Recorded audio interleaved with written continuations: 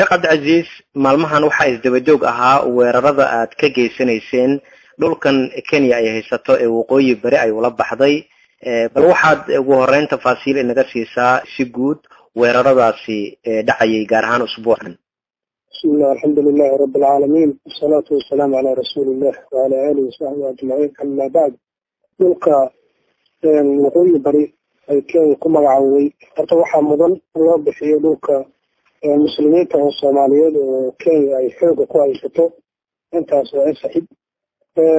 weerarada dhacay waxaa dhacay ilaa 3 weerar laba kamid ah waxay ka dhaceen deegaano Gaarisa hoostaga mid kamid ah wuxuu ka dhacay deegaano hoostaga magaalada Mandera ama degmada Mandera marka shalay iyo maanta weeraradaas way socdeen oo dhacayeen. haddaad faahfaahin inaga siiso marka waa maxay qaababka ay u dhacayeen weeraradaasi iyo dadka la beegsanayay. weeraradaano shalay oo bisha Shacbaan ay 27 ahayd hijriga 1438 waxaa weerarkii shalay dhacay uu ka dhacay Liboyo deegaanka la yiraahdo iyo kulan dhexdooda ayuu ka dhacay halkaana waxaa lagu beegsaday koroyo ka tirsan ciidanka booliska oo Kenya ka tirsan halkaas runtii kolonyada maraysay dhibaato xoog leh ayay ku hayeen dadka xoolo dhaqatada abaarta iyo dhibaatada soo maray ee aadka u jilicsan dadka waraashayeen oo dilayeen oo kufsanayeen dhibaato xoog leh maalmaha meesha ka wadeen mujaahidiintu marka kolonyada ayay ka warqabay dadka dhibaatooyinka ku socota wadayna ayay Liboyo iyo Kenya iyo kulan inta u dhaxaysa markii ay marayeen meelaha ay u dhigeen ay ku qarxday meeladaasna waxaa ku dhintay askar baa ku dhimatay tirada anaga rasmiga ah oo aan hayno ku dhimatay waxa weeyaan 4 askari oo dhimasho 7 askari oo ku dhaawacantay gaarigaas uu haleelay oo noocan qoyilka ay yiraahdaan qarxo haleelayna dhammaantiis waa burburay oo caqabad ka banaaday weerarkaas wuxuu dhacay shalay subaxnimadii ayuu dhacay wax yar kadib adigu waa baarida hornimadii weerar kale ayaa ka dhacay waxa weeyaan deegaano hoos yimaada Mandera gaar ahaan deegaanada Filaw oo inta u dhaxaysa Mandera iyo Alwaaq ku yaala halkaas asaguna gaadiid badan oo galbinaya nimanka dhulfiyaha oo mutadiin oo Kenya u shaqeeya oo isku magacaaba deegaanka Mandera inay madax ka yihiin ayaa halka ayagana loo galay ilaalo kamid ah ilaaladooda gaadiidka ay saareen mid kamid ah ayagana miino iyo jaayinta halka u dhigan ay ku qarxeen halka waxaa ku dhintay 5 askari oo gaariga miinadu haleeshay saarnaa sidoo kale tana waxaa ku dhaawacmay askar kale ayaa halka dara ku dhaawacantay gaariga waa burburay waxaa xigtay gaaris maantayto deegaanka shalay uu ka dhacay weerarku haddana maanta mar kale uu ka dhacay oo miino haddana gaadiidka Kenya booliska wata loo dhigay ay mar labaad kula qarxday agagaarka kulan waa Liboyo inta u dhaxaysa Liboyona sidoo jidka dheer oo Gaarisa ilaa Liboyo isku xira ay soo dooshayeen halka haddana dhimasho kale ayaa ka dhalatay oo 4 askari baa maanta ku dhimatay 2 kale ku dhaawacmeen gaariga halkaas ayuu ku baaba'ay isugeynta marka khasaaraha cadowga 5 askari oo shalay ku dhimatay meesha Mandera shalay Gaaris deegaanada hoostaga gaar ahaan kulan nawaaxigeeda waxaa ku dhintay 4 askari saaka waxaa ku dhintay isla deegaankaas kulan nawaaxigiisa 4 askari billahi alhamdu Allah subhanahu wa ta'ala cadowga sida waxa suuqay ugu baabi'iyay Allah subhanahu wa ta'ala mar dambe iyo mar hore u mahadcelinayna. waa tahay marka waa intee wadarta guud ee khasaaraha ka dhashay weeraradaas. isugeyn marka la sugeeyo 3 gaari waa gubasho oo ay burbureen oo ciidankaas wateen waxa kale oo ayagoo dhaawac 7 askari oo shalay ku dhaawacantay waxay kulan oo Gaarisa hoostaga 3 askari oo isla deegaankaas ku dhaawacantay 9 bay isku noqdeen inta aan Mandera si runtii ma hubno dhaawaciisa ilaa ka dhaawac uu jira waxaa intaa dheer gaadiidkaas bay socdo maadaama daawada dhexda ku jiray meelaha lala eegtay ama baalkii isha gaadiid kale uu ka dambeeyay ama ku horeeyay waxaa dhacday ayadana firarkii meelaha ka dhashay burburkii gaadiidku inuu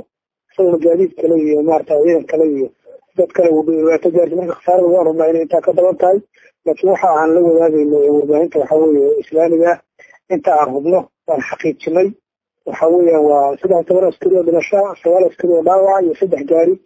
oo burburay oo meelaha ay baabi'isay weeye Allah subhanahu wa ta'ala mar dambe iyo mar hore u mahadcelinayna. Sheekh Cabdicaziis waxaa muuqanaysa in maalmahan aad u sii laba jibaarteen weerarada gaar ahaan ka dhacaya dhulkaasi ee Kenya ay haysato ee Soomaalida maxay tahay ujeedada ka dambeysay aad weerarada u kordhiseen. weeraradan soo runtii ma cusba waa socdeen qadar weerarada ka hadlayna 3 waxaa ka horreeyay ilaa 4 weerar oo hore ayaa ka horreeyay si isbeddelada oo ka dhacay gobolka waxa weeye marka weeraradu 4 weerarada ku ugu soo dhawaa kuwana ka hadlayno laakiin si joogto ah ayay weeraradu uga dhacaan dad badan oo nasaaraan oo laaya joogkuna waxa weeye cadawgaas duulaanka oo dhulkan ay ku soo duulay oo waxa weeye ku xadgudbay xurumaadka haweenka muslimaadka shuyuukhda sidoo kale iyo waxa weeye dhalinyarada inta la dilayo xeejinaya oo cidna u naxariisanaynin in la iska qabsado shay waajib weeyaan mujaahidiintan inay dadkooda daafacaan muslimiinta ah واجب ayaa ka saaran in badan oo kamidana way argooyeen weerarada soo runtii weeraro soo socday haddana insha Allah taala fi saandeen inta badan weerarada halkaas ka dhacaya marka la fiiriyo dadka aad beegsanaysaan waxay u badan yihiin booliiska marka qorshihiina dhankaas ku wajahan gaar ahaan dhulkan waqooyi bari ay Kenya ula baxday hadafkum waa in booliiska oo kaliya aad beegsataan mise cid walbo aad fursad ku heshaan ayaa qorshuhu u yahay in la beegsado ciidanka Kenya iyo mas'uuliyiinta Kenya dhammaantood cadow ummadda muslimiinta ah oo waxa weeyaan geeska Afrika ku dhaqan gaar ahaan kuwa Soomaaliya ay leeyihiin ciidanka militariga oo Kenya waxa weeyaan mujaahidiintu way beegsadaan khasaaraha ugu badan baana ku dhaca sidoo kale kuwa booliskana waa ay beegsadaan laakiin su-aashaada haddii si dhaba loo cabaaro waxa weeyaan ciidanka Kenya maadaama qalabkooda maanta iyo shalay isku soo dhabanaya khasaarahoodu aadna loo hadalhayo maxaa keenay weeyaan sababtu waxa weeye ayaga ayaa waxay wadaan dardar cusub oo dadka xoolo dhaqatada masaakiinta abaarta hadda weli dhibkeedu uu ka muuqdo ayay dadka xasuuqayaan oo jiidayaan dadka dabada ugu farayaan haweenka kubsanayaan dhibaato badan bay meesha ka wadaan ciidan fara badan boolis ay soo geliyeen ayagaa dadka meel walba uga daba tagaya taas marka waxay noqotay in dadka laga waabsho nimanka horarka oo cidna aan naxariisanayno waayeel iyo saqiirba dadka xoolo dhaqatada baabi'inayo in laga waabsho taasana mujaahidiinta ku kaliftay inay maarta waxa weeyaan ay inta awoodooda ay tallaabo qaadaan marka taas ayaga warkooda soo bixisay oo teeriya maanta iyo shalay in loo adalayo keentay laakiin khasaaraha ku dhaca kuwa militariga lagu sheegay ayaa ka badan dhammaan nimankaas cadow weeye sida hadda aan kusoo weelaan u dilaynaa kuwana ayagaa dhibka waday dhibkooda un baan la joojinaya oo la dafcinaya marka ma intaas ayay ku eg yihiin weerarada aad ku waabinaysaan ciidamadan booliiska ah mise waad sii wadaysaan weeraradaanu way socon doonaan haddii ilaahay yidhaahdo siday horada ugu socdeen waxaan rabaa halkan baaqlan uga jeediyo dadka ku dhaqan gobolkan soomaalida oo ay Kenya xooga ku haysato oo luqada soomaaliga ku hadlo oo fahmayo hadalkayga hadduu gaaro waxaan leenahay dadkaas insha allahu tacaala waqtiga caburinta iyo gaariso gubay iyo wagaalo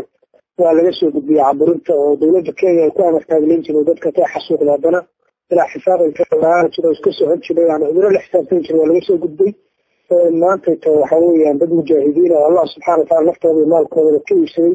ayaad haysataan diyaarna u ah inay daafacaan waxaa leenahay maanta fursadaas marka fursadu marba qofka soo madha in la dayaca maahan qalabkiina qaata nimankaas asxaani ma hayaan waxay idin geysteen hadda anigu waxaan ka sheekayn kara maahan idinka iga aqoon roon waxaa leenahay qalabkiina qaata cadowgaasna insha allahu tacaala si iskaashi iyo isgarabsi iyo islaamnimo ku jiro aan uga hortagno insha allahu tacaala deegaanadana waan aragnay cadowgaas aad buu jilaysan waa laga xorayn karaa waxaan jihaad fii sabiilillahi ahayn hubaysanna laguma keenayo in maarta xoog lagu soo dhacsado qalab iyo ciidan iyo xoog bay ku qabsadeen meesha qalab iyo ciidan iyo xoog baana meesha looga saari karaa waana jilaysan yihiin waxaan ugu baaqaynaa mar hore iyo mar dambe iyo mar labaad iyo mar saddexaadba qalabka qaata mujaahidiinta garabsiiya waxaa lala dagaalama nimankaas insha allahu tacaala haddaba dhul badan bay ka carareen oo aan ka saarnay oo kamida gudaha Kenya oo ay baqdin hadday ku yimaadaan markaba ka cararaan oo qaayada laga suraa nimankaas aragtay insha allahu tacaala waxaan leenahay qalabka qaata dadka ku dhaqan gobolkaas NFD la yiraahdo oo xooga Kenya ku haysta Soomaaliya degto iyo guud ahaan muslimiinta geeska Afrika ku dhaqan